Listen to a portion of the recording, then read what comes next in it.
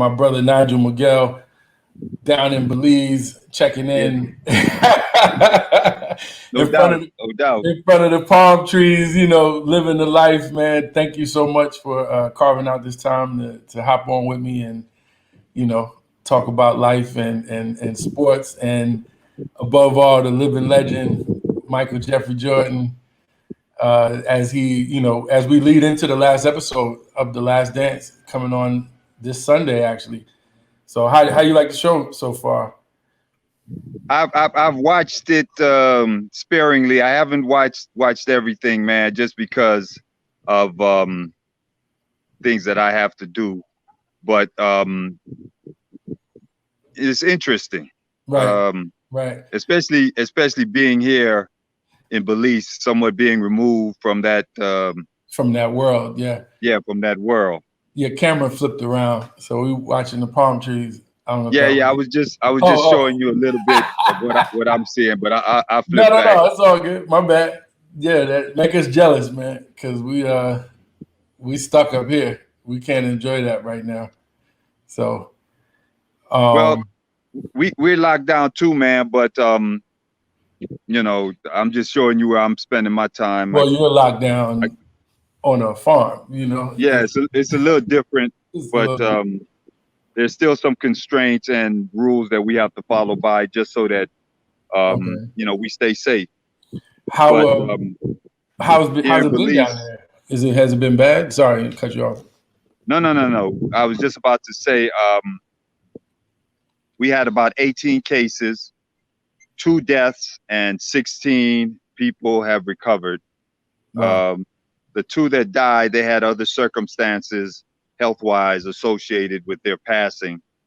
So not to say that it was expected, but it's a little easier for people to accept, when there's something else attached to a Right. person passing as opposed to this mystery that we're all dealing with, man. And Right.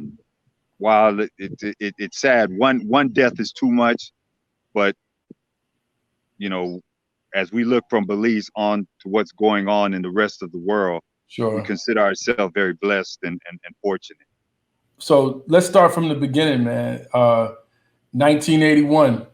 You know. Yeah, Uh, yeah. McDonald's All American game was that the first time you guys met, or? That was the first time that that we met and we spent time together. Michael and I were roommates Wow. in the East-West game, I think. Okay. And then in the Capital Classic, we were actually like right before the game, they put myself, Michael, Buzz Peterson, and Aubrey Sherrod. We shared like a little suite. A little sweet. Okay. Yeah, before the game. That Wow. week, that week leading up to practice, we were roommates. So we just hit it off, man. You know, there's a publication called Street and Smiths. I'm sure you're I aware of do. I that. remember. Yeah, yeah, for sure. And that pretty much the guys that make the Street and Smiths usually end up in the McDonald games or whatever, Right. or the Okay. Dapper Dan and those Mm. All-Star games. Round ball classic. So Yes. yeah, I don't know. That year is funny because they usually ask for a photo like that summer because the publication comes out in the fall, Okay. right when school starts. So when I first met Michael, I was teasing him about his picture because he submitted a picture of him in a tux. Wow. And everybody else, you do your headshot or whatever newspaper Right. photo Right. you can. And his thing was, nah, man, I didn't think I was special. I just submitted the only photo That that I I had had. of myself. Wow. And we used to go back and forth and joke about that. But the one thing I would say about him, man, is from day one, not knowing that he would reach these heights or this level of greatness. Sure. Sure. But I can tell you from day one that this kid was special. Okay. And he had a superstar level of accomplishments, but with a workman, Attitude. Yeah. bring my lunch pail, put my hard hat on type of work ethic. Right. And that came from his upbringing, his mom and pop, Right. And those are the type of things that, as two young 17-year-old, 18-year-old kids, aspiring to be great in the world of basketball, we shared those times. He told me stuff as a young man that, now it's almost like he had a crystal ball. Wow. But to say it and to actually do it, because all of us had those dreams of being who he is. Right. If you would tap into any one of those 25 guys from that East-West game, or the 15 guys from the Capital Class, quote unquote, destined for greatness. Now, Right. Michael, more than anyone of that class, Right.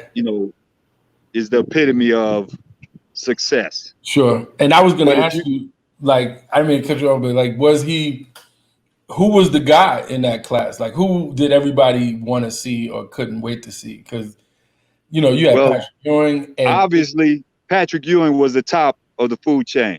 Okay. That he was the man. Wow. Then you had a gentleman by the name of Enos Watley. Enos Watley. Yeah. I saw him. I remember Enos Watley. Man, from Alabama, that brother was cold-blooded.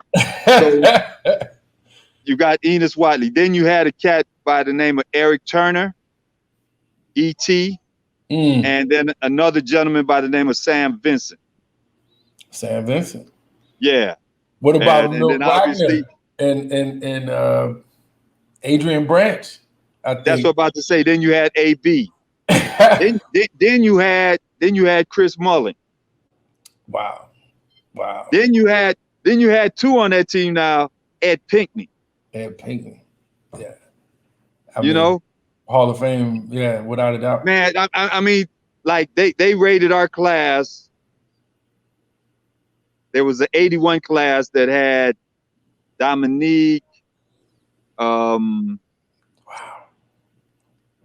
No, I'm sorry, the 77 class that had Dominique, Ralph Sampson, Darren Day, or 79 class. I'm sorry, 77 class was matched.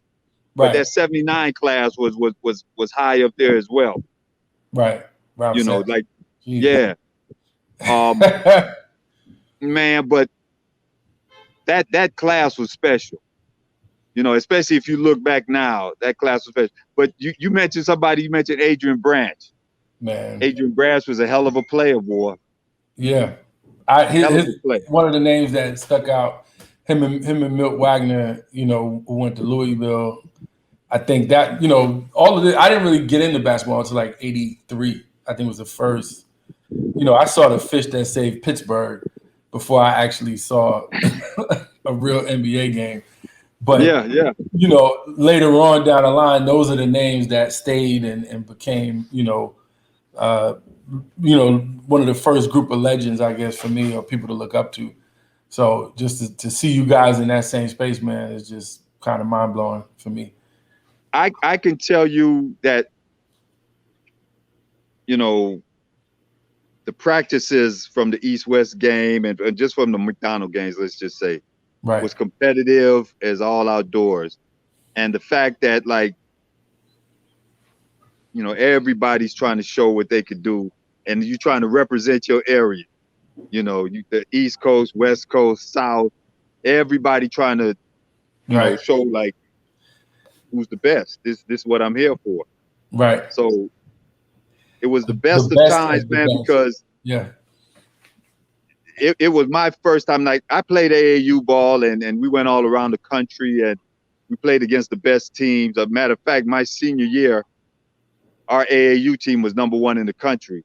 With myself and Stuart Gray was sort of like the anchors of the team.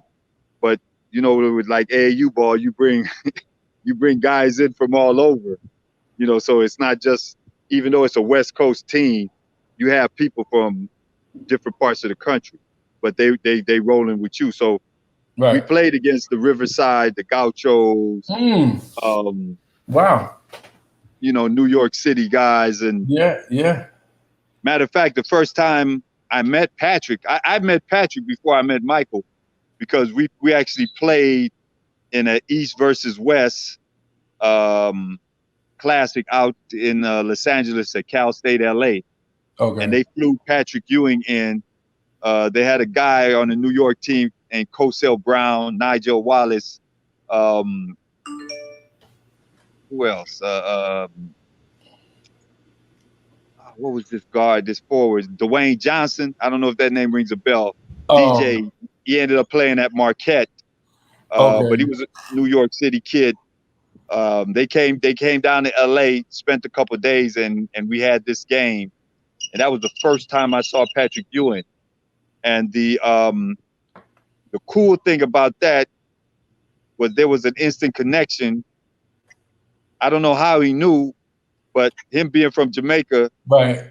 and the first thing that came out of his mouth was, "You from Belize?" Get out of here. And I was like, "Yeah, man." So we had a connection there, and then Patrick actually took a visit out to UCLA. I don't know if people knew that, but To he play for the actually wanted Bruins. to come to UCLA. Wow. Me being a local boy, when he came for his visit, they asked me to come To show as them well. around. So that whole comfort level and all that. So most of the guys that were in the league or that controlled the league during the late '80s through the '90s Right. were guys that I was very close with, man. From the McDonald's All-American team, they picked about 12 of us to go to this thing called the Albert Schweitzer game in Mannheim, Germany. And most of the guys that they invited didn't go. MJ didn't go, Patrick, all of these guys. So they ended up taking like a second tier, or the guys that ended up going, Adrian Branch, myself, Stuart Gray, Michael Payne, and Eric Turner Okay. were the 5 McDonald guys that ended up going, that did go. And then they supplemented the team with a bunch of all-stars out of Chicago Okay. for the guys that from the That McDonald games decided not to go. that decided not to go for whatever reason. Right. And like I said, MJ was one of them, Patrick, I think Sam. There was a guy by the name of Eugene McDowell from Florida, Ed Pinkney. They all decided not to go, but we went, and we spent, what, 2.5, almost 3 weeks in Germany. Wow. Playing against, it's Junior Olympics, so you play teams around the world. Okay. Got it. And this event happened every 2 years. So 77, Magic was there. 79, I think Ralph and them, a couple of those guys went, and then 81, we represented. Nice. From there, like you said, you become very close with these guys. And then the next time we met before school started was the Olympic Sports Festival. Okay. And this was another group of East, West, North, and South. Got it. And this was at Syracuse University is where it was held. And so we were there for another 2 weeks competing. Nice. Before we started school. So that was another place where, again, we weren't roommates, but we were all housed in the same area. Got it. And that connection was already there. So we all hung out, and again, I met Doc Rivers there. Wow. Because what it was incoming freshmen that made up the team, and then freshmen going to be sophomores. So Derek Harper was there. Ralph Jackson was there. Like I said, Doc Rivers was there. And then all of the incoming freshmen, myself, Right. Stuart Gray, Michael, everybody pretty much from the McDonald's team Was was there. there representing their area of the country. Got it. So we left, man, I would say from that summer, right before school started, we probably spent about 2 months together Wow. over that period of time. So we were very close for that short period of time. And then when school started, obviously, no, not too many people remember this, but my freshman year at UCLA, we were ranked in the top 5 for most of the year, but we Okay. got put on probation. So we didn't get a chance to compete in the tournament. the tournament that year. We actually won the conference, or we either tied or won the conference, but we didn't get a chance to go because of some stuff that happened with Coach Brown and that 1980 team that actually went to they lost in the final. Now, I was looking online to see if you guys played in college, like if UCLA played UNC, but obviously they weren't in the same conference. But no, we never got a chance to play Carolina my 4 years at UCLA. But what we did do, we had an alumni game at Poly Pavilion, and Michael played. He came to Poly. Worthy, all those guys played years back, and I'm hoping that it's something that we can rekindle. Sure. Schools used to play, alumni used to play, and you'd go here and you play different alumni, and it was actually a real good opportunity for guys to connect and Right. to Just do things. And the games were pretty good as well. Yeah. And this was like out of school, just almost like a pickup game more so, or was it an official game, under the whistle? No, it was played like a real game. Oh, okay. Yeah, it was a competitive game. And, guys came out there to show, and Right. anytime you lace him up and MJ's on the court, he gonna show you. It's He real. gonna show you he's the kid. No question. No question. Now, moving forward to 85, he drafted in 84, right? Not 85. Correct. He came out a year early, and he actually came out with that class with Charles. Got it. Elijah Wan. Akeem. Right. Yeah, all those guys came out early. I think Charles was number 5. He was number 3, and obviously Akeem was number 1. Bowie was number 2. Yeah. And I think Sam Perkins was number 4, if I'm not mistaken. He was right behind MJ. Yeah, Sam Perkins. Yeah. And how was that, transition, seeing him, and I'm assuming you guys stayed in touch, throughout the college years. But how did it feel, seeing him drafted, and how did that impact you, coming out the following year? I was very proud of him, even at that level, man, because like I said, there was a kinship there. Sure. And it was a motivation just to watch him do what he did. I got a chance to spend some time with him that summer. Well, it wasn't even summer, spring, because he won the Wooden Award. Okay. And he came out to LA and came up to UCLA and spent a couple days with us. Right. Worked out and just kind of hang out. And that was actually before the draft. And then that summer, he played in the Olympics. Right. The LA Olympics. Right. Which was a big thing. Right. For us, because a lot of those guys were working out at UCLA. So I got a chance to work out with them then. And that year for me was a real big year coming in. So working and training with those guys. And then we had just gotten a new coach, Walt Hazard. I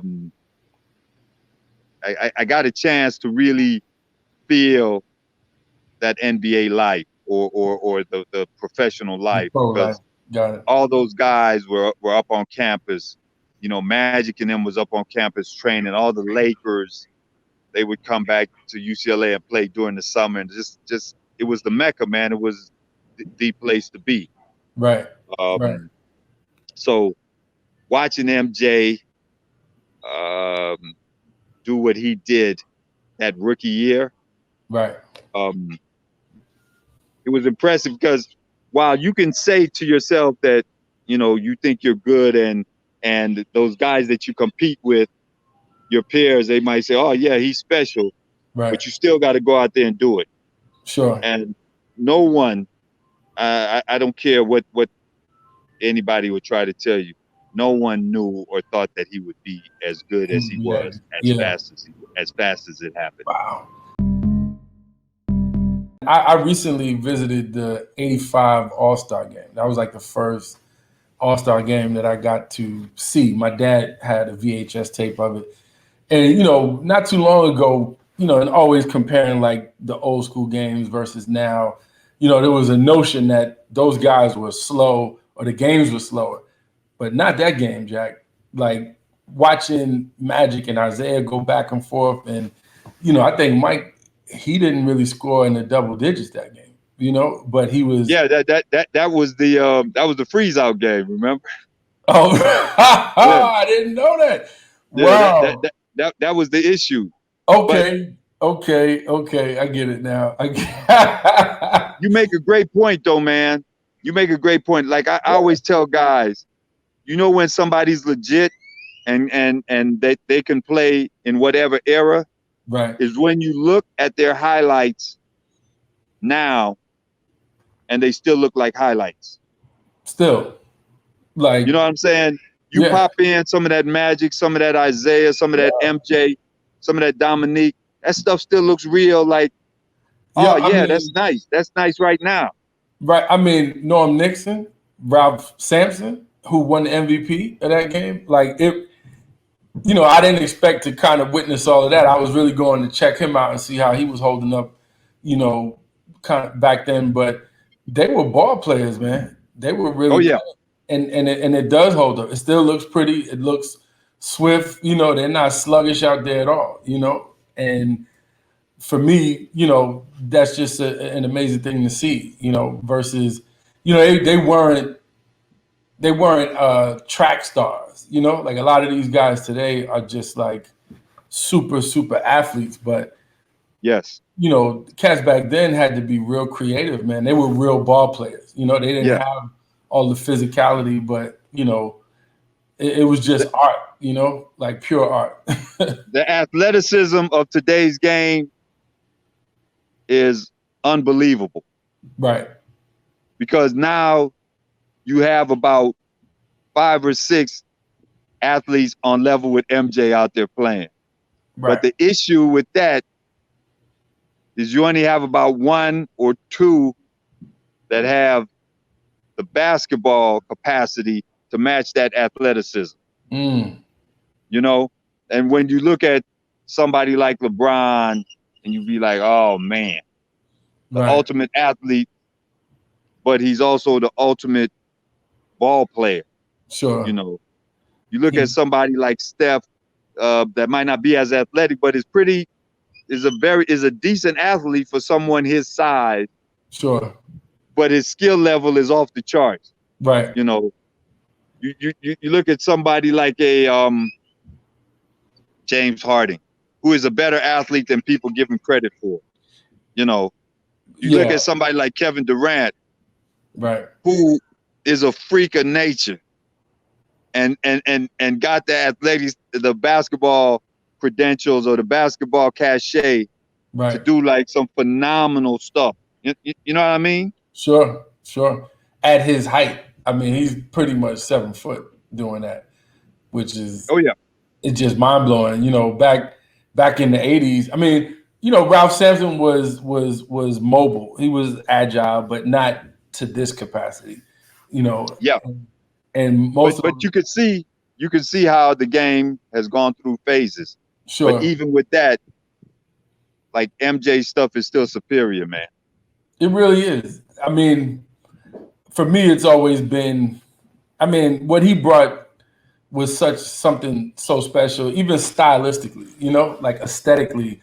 You look at that dunk contest with the gold chains, and like, how did you feel when he got his own sneakers? Like, did you know that was coming, or like, did that blow you away? Like, my guy has his own shoe right now. How did that feel? Say that last part again. Oh yeah, like how did you feel? When you saw that he got his own sneaker deal, and I mean, and like they say in the documentary, Nike back then, when I was young in the early '80s, we wore Pumas and Adidas. Those were like the shoes to have. the shoe. Nike wasn't really. It just wasn't what it is today. The interesting thing with MJ is that he actually wanted to wear Adidas. Right. He wore what was it? Converse in college at North Carolina. Right. But he actually wanted to wear Adidas, and Adidas had Kareem at the time and someone else, I can't remember, but Andre Agassi or somebody, one of the tennis yeah, players. they weren't willing to make MJ the mantle, which you can understand. Sure. I mean, we're talking about all of this in hindsight, so Sure. We look like geniuses right now. So, but right. the thing with Nike, and if Nike was in a different position, would they have jumped on Jordan the way they did? It was the perfect timing, man, because here you have an upstart company with somebody like Phil Knight, who was a rebel. Right. The greatness of MJ coming around in that time, people were ready for the NBA to go to that next level because Magic and Bird had sort of taken it, brought it out of the dark ages to where it was. Right. And I don't know if you remember back then, they used to even like separate. Magic and Bird are the greatest players that play on the ground, but MJ is the greatest in the air. that plays in the air. And then as time went on, they just took away the greatest right in air. He was just the greatest, the greatest, yeah. But man, the uniqueness of that, like I said, it was lightning in a bottle. Right. Perfect time, perfect player for the perfect situation. Right. And I remember when the first prototype that came out that they banned because it didn't fit the colors with the uniform. Right. And that was like a big controversy. And then, they sorted it out. But I mean, that had to be did you have a pair of those? Did he hook you up? Were you guys in touch during his rookie season? Yeah. Well, if you remember in the NBA, all shoes had to be white. They couldn't be black. That was the biggest thing. Got it. They actually had a rule. Okay. And the majority of the shoe had to be white. Then you could have your team colors or whatever. Right. Right. But that first shoe that the black Air Jordans, the black and red ones that I don't know if they called it the playoff game or whatever, but what he got banned for, that he still wore. Right. And Nike just paid the fine. Got it. Okay. If you look at that's a marketing campaign. That's genius. That's genius. Yeah. We'll eat that. No problem. We'll go all the way. Man. So during his earlier years, were you guys still in touch a great deal, or did you kind of go off and do your thing? I know you were drafted by New Jersey Nets in 1985, correct? Yeah, 85.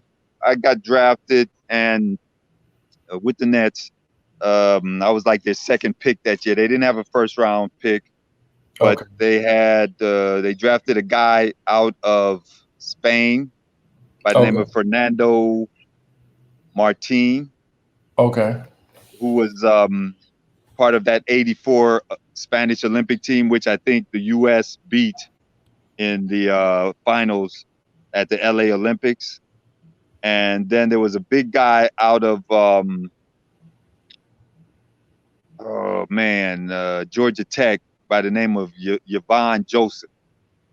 big 6'11" cat from Haiti. From Haiti, right? Okay, I remember. Yeah, yeah, and then myself, and I went into camp knowing that like 4 guys ahead of me, Darwin Cook, Kelvin Ramsey, Otis Birdsong, and Michael Ray Richardson, all Sure. had guaranteed contracts. Got Now, Dave Wall, who was an assistant with the Lakers during my years at UCLA, told me that they were going to be trading 1 or 2 of those guys. So I did have a shot of making the squad. Okay. I played well in preseason and actually was like the last cut. They actually had me looking for a place because I didn't have a guaranteed contract. Okay. So they actually had me looking for a place up until, it didn't happen. Right. So Right. I left there late into the preseason. Like I said, I was the last cut basically. Went home for a week, and then went to our team, the Nets team affiliate in the CBA that first year out of school. In La Crosse, Wisconsin. Wow. So that was quite a shock, Sure. your dream being Just kind somewhat killed or smashed. right. And on my exit meeting, Coach Wall he told me, he says, look, I hope you go to the CBA instead of looking to go overseas. And To keep you because he said, close. you're right there. He said, anything can happen. You're right there. So you go and you play well, you can get called up or whatever. I went, like I said, I went home for about a week and then headed back to La Crosse for training camp. And that was an incredible experience as I look back on it. As I was going through it, a little hurt and frustrated. You make the best out of a situation, man. Well, that year in the CBA, we actually went to the finals. I was runner-up to Michael Adams. I don't know if that name rings a bell to you. The little Michael Adams? Yeah, Michael Adams. For Rookie of the Year. For Rookie of the Year in the CBA. Michael Adams was tough. Are you kidding me? Let me tell you something, man. Michael Adams was tough, Jack. Oh, man, this cat was something else. He run around, feed the burn, and then he throw up that little funny jumper. Oh, man, Michael Adams was something else. And, when you talk about little men in the league, he gets looked over. He will never be one of those first-tier guys like you talk about Isaiah, Tiny, Iverson, those type of guys. Right. But Michael Adams was something else, man. No, he was he made. I remember him playing for the Bullets, and it wasn't a quick hit. He was around for a while. He got some years in the league. So, yeah. Was Pearl in the CBA with y'all during that time? Because I know Pearl Washington went to New Jersey, and then he had to. When my next year after going to the CBA, I got invited back to the to camp with the Nets, and I actually got an offer from the Lakers, but the Nets actually offered me like 2 years, and the Lakers was just offering me a 1-year make good contract. But that was Pearl's rookie year. The year I got injured was Pearl's rookie year. And at that point, Michael Ray was actually suspended. Darwin Cook was still there. Kelvin Ramsey. That year, I had a real good shot of making the team. Wow. And then the injury hit. I got injured and actually spent a little bit of time on IR, and they paid me off for that year, and then insurance paid off the next year of the contract. Then I actually got into the film industry, man. Yeah, how was that transition? I know you told me later on. I didn't know at first, but you were in colors. and that just kind of Yeah, blew my actually, mind. I was like, "What? You were in colors?" man. Yeah, the funny thing about that, Dennis Hopper is a huge or was a huge basketball fan. Wow. And I met Dennis Hopper through an attorney who was acting as my agent, who, Right, right, right. it's LA, man. Yeah, And here yeah. it is. Whatever works. Yeah. Yeah, I went to UCLA, had some, Right. still my name was hot Right. in LA and stuff. So that was actually part of the reason why I kind of made the decision, hey, man, you still have a name. Um, you should take advantage of it right now instead Right. of trying to, continue to do things. Just jump on it while your name is still hot. Mm. So how I actually got into colors was through this agent that I had, and the attorney that was friends with Dennis Hopper, and who's the Laker fan, the guy that's the huge Oh, Laker Jack fan, Nicholson. Jack Nicholson, or Jack Nicholson, right. owned this club called Helena's that everybody used to go to. So they introduced me to Dennis Hopper at the club, and one thing led to another. They were doing this movie called Colors, and they just asked me if I wanted to audition for it. And Wow. that's basically how I got in the movie. Wow. And so you had the acting bug from there, and Well, I did a few commercials um, before that, and okay, yeah, the sports. That was just around the time, like I said, when there was a transition, man. So sure, sure, basketball was becoming a thing where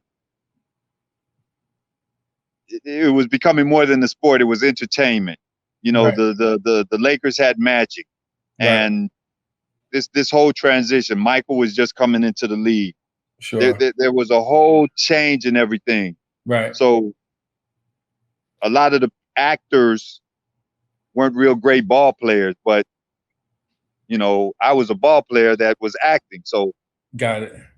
the first 2 or 3 years of being involved with the industry, I was living off of those type of commercials, man. And at that point, like I said, for me, it was the perfect timing, Right. you know. And that's how I got in colors. And through colors, I met Damon Wayans, um, Don Cheadle, who else? Glenn Plummer, Right. um, High top. Right. a host of people.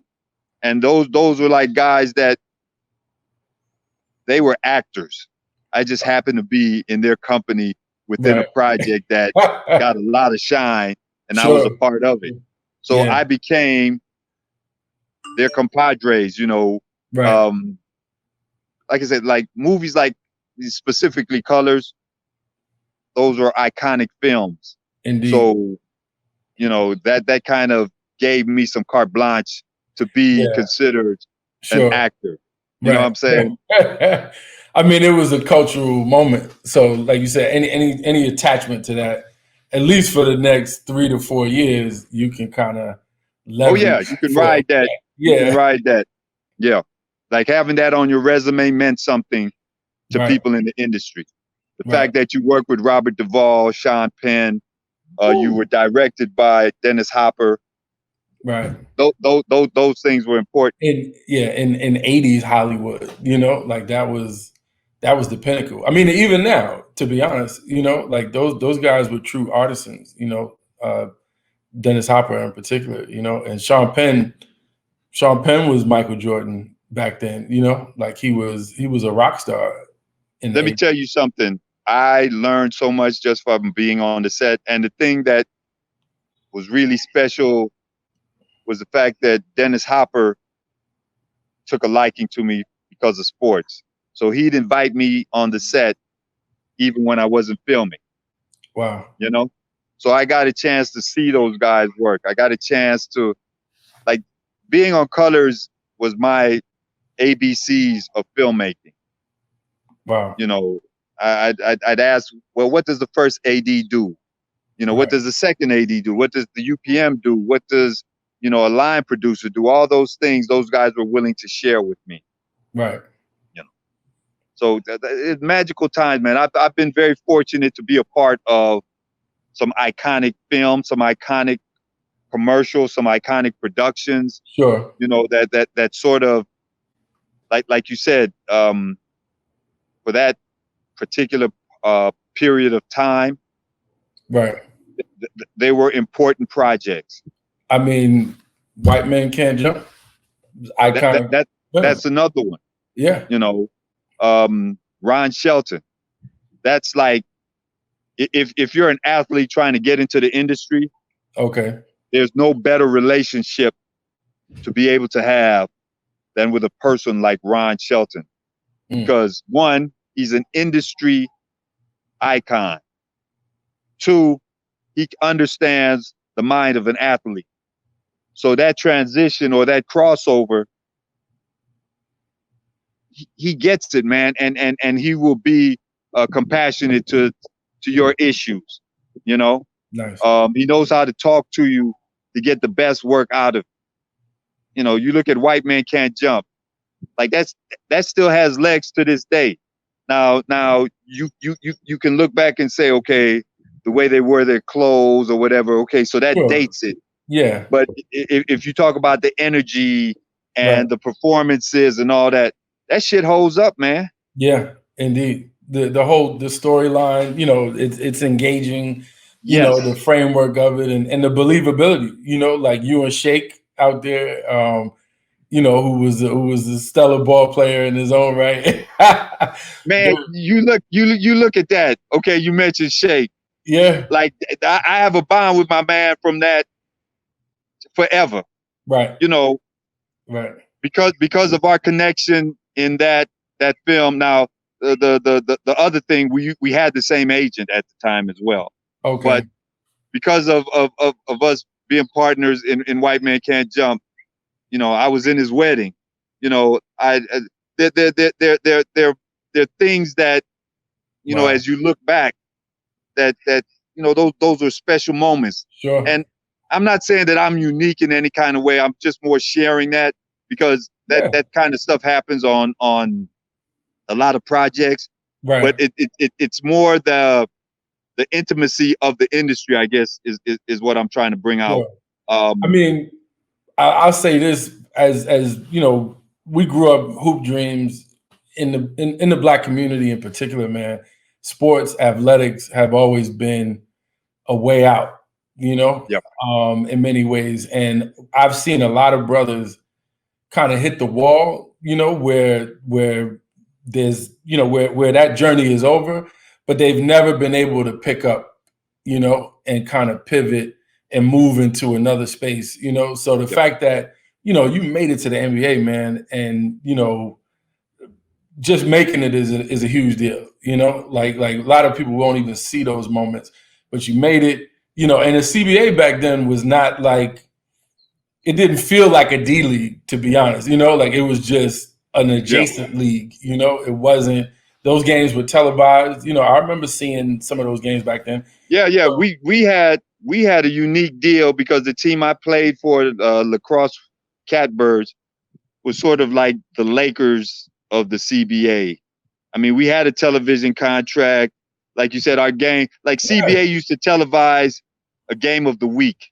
Okay. So we would be on there, like my rookie year in the CBA, we were on the game of the week about 5 times.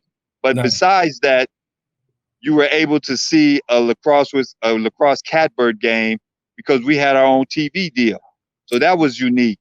I used to make more money off the court from my CBA appearance contracts and stuff like that, because back in 1985, a base salary for a rookie player coming into the CBA was $450 a week. Not anything to write home about, but you're playing ball. Sure. But I was able to supplement that. Like I said, I made more money like doing appearances, advertising, commercials, stuff like that back then. not too many people were thinking about that, but I always tried to be ahead of the curve or just to think out the box, man. Wow. Because that's just who I am. Yeah, You man. know, and I had a dream, but sometimes that dream wouldn't allow you to live the lifestyle that you wanted. So you always had to have something extra to supplement your dream. Right. Because there's one thing I'll say that I heard. I used to hear this guy that used to train us. His name was Malik Mansour. He used to train Marcus Johnson, Kareem, all these guys back in the day up at school. And he told me, he says, professional or being a professional is a state of mind. Even though you don't get paid for what you do, you still are a professional if you carry yourself that way. That always stuck with me, man. And it's something that, like, I used to think I was a pro at UCLA. I wasn't getting paid or whatever, but that mindset was Right. was more than what I'm getting at. Right. You weren't. It wasn't recreation. Like, this was a full commitment. You know, you were. I always tell people, there's people who play basketball and then they're ball players. You know, like they're I was a ball basketball. player. Yeah. Yeah, you were a ball player. That's Indeed. because you lived Yeah. it, man. Yeah. You know. Without a doubt, it was a full body, mind, soul commitment daily. You know, every day Yep. you had to grab a ball. You know, see a park and do something to kind of feed into that journey. So to that point again, you know, I've seen a lot of brothers. You know, like Jay-Z said, I've seen hoop dreams deflate like a fiend loses weight. You know, and we think about coming up out of New York in the '80s, and so many cats that just, you know, who were really nice, you know, who were amazing. I mean, I think every like NBA player has like their playground heroes, you know, or cats that they know who had it and never made it.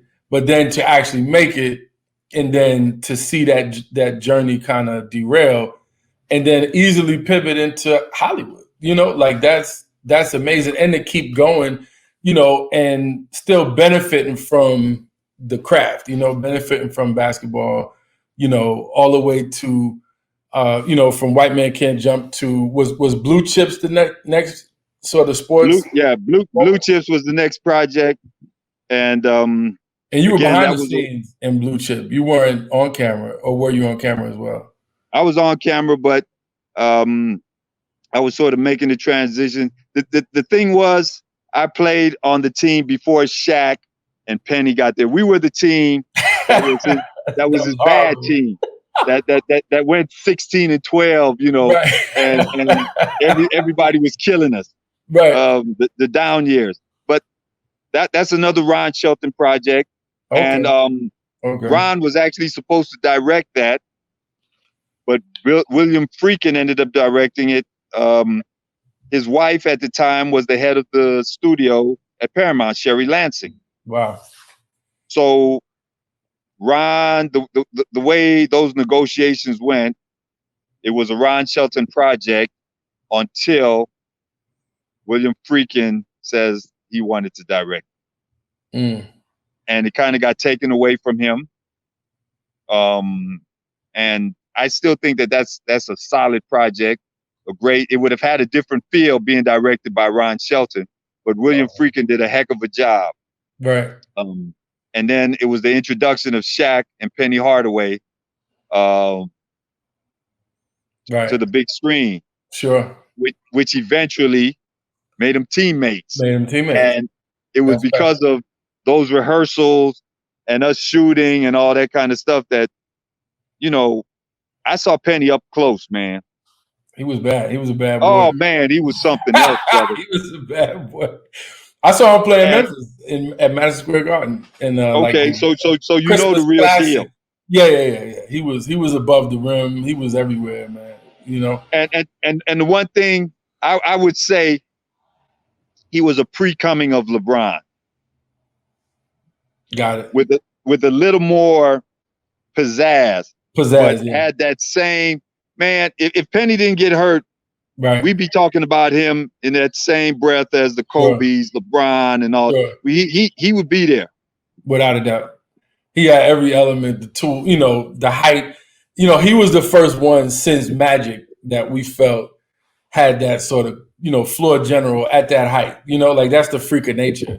Because Yes, guys sir. 6'9", 6'8", back in the 80s, when you were that tall, you were really stiff. You didn't Yeah. really, you weren't fluid. You kind of lumbered around, but he played like he was 6'2", maybe.